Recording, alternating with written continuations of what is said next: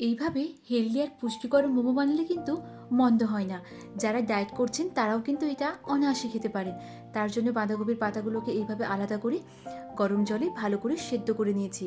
প্রায় 5 থেকে 10 মিনিটের মতো এটাকে ভালো করে সেদ্ধ করেছি। তারপর একটা কড়াইতে তেল গরম করে বা বাটার দিয়ে ওতে রসুন কুচি, আদা কুচি, কাঁচা লঙ্কা কুচি আর পেঁয়াজ কুচি দিয়ে একটু নাড়াচাড়া করে দিয়েছি, ক্যাপসিকাম কুচি। তারপর বেশ অনেকটা গ্রেট করা পনির, স্বাদ মতো লবণ আর অল্প একটু চিলি ফ্লেক্স দিয়ে ভালো করে নাড়াচাড়া করে একটু ভাজা ভাজা করে নিয়েছি। তারপর ওটা নামিয়ে বাঁধাকপির উপরে এভাবে পুরটা দিয়ে ভালো করে মুড়ে নিয়েছি। দেখুন কি সুন্দর মোড়াটা হয়েছে, একদম পুর বাইরে বেরিয়ে আসছে না। তারপর কড়াই একটু তেল বা বাটার ব্রাশ করে বাঁধাকপি এই মোমোগুলো দিয়ে ভালো করে এপিট ওপিট উল্টে এইভাবে লাল লাল করে ভেজে নিলে রেডি এই মোমো। এটা কিন্তু দারুণ খেতে হয়, আর যারা ডায়েট করছেন তাদের জন্য একদম পারফেক্ট এই মোমো। আজ এই পর্যন্তই, দেখা হচ্ছে পরের ভিডিওতে। Tata, by.